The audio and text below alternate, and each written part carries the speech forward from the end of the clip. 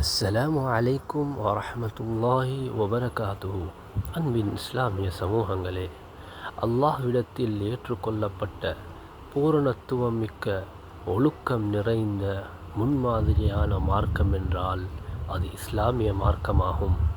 இஸ்லாம் தற்பொழுது எழுத்து வடிவில் பல பாகங்களில் பல புத்தகங்களில் பாதுகாக்கப்பட்டுள்ளன. அதேபோன்று சொல் வடிவிலும் பல வார்த்தைகளிலும் பல பேச்சுக்களிலும் மூலமாகவும் இஸ்லாம் பாதுகாக்கப்பட்டுள்ளதை நாம் அறியக்கூடியவர்களாக இருக்கின்றோம். ஆனால் இஸ்லாம் செயல் ரீதியாக பாதுகாக்கப்பட்டிருப்பது மிகவும் குறைவாகவே காணப்படுகிறது. நபி ஸல்லல்லாஹு அலைஹி வஸல்லம் அவர்கள் கூறினார்கள், நிச்சயமாக அல்லாஹ் உங்களுடைய தோற்றங்களையோ செல்வங்களையோ பார்க்க மாட்டான், மாறாக உங்களுடைய உள்ளங்களையும் செயல்களையும் தான் பார்க்கிறான் என்று கூறினார்கள். உண்மையாக இஸ்லாம் பாதுகாக்கப்பட வேண்டியது செயல் ரீதியிலாகும்.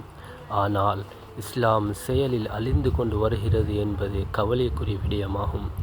செயலில் அழிந்து போகும் சில காரியங்கள் எழுத்து வடிவிலோ சொல் வடிவிலோ கூறப்பட்டிருக்காது. அதை நாங்கள் செய்து இஸ்லாத்தை பாழாக்கி கொண்டிருக்கின்றோம்.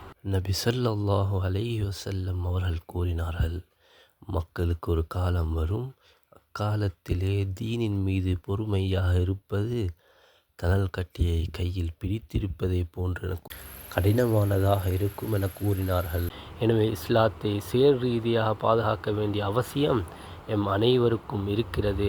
எவ்வாறு மனிதனை அழகான தோற்றத்தில் படைத்தோம் என்று குர்ஆனில் குறிப்பிட்டிருப்பதை போன்று நாங்களும் இஸ்லாத்தை செயல் ரீதியாக அளவுபடுத்த வேண்டிய கடமைப்பாட்டில் உள்ளோம்.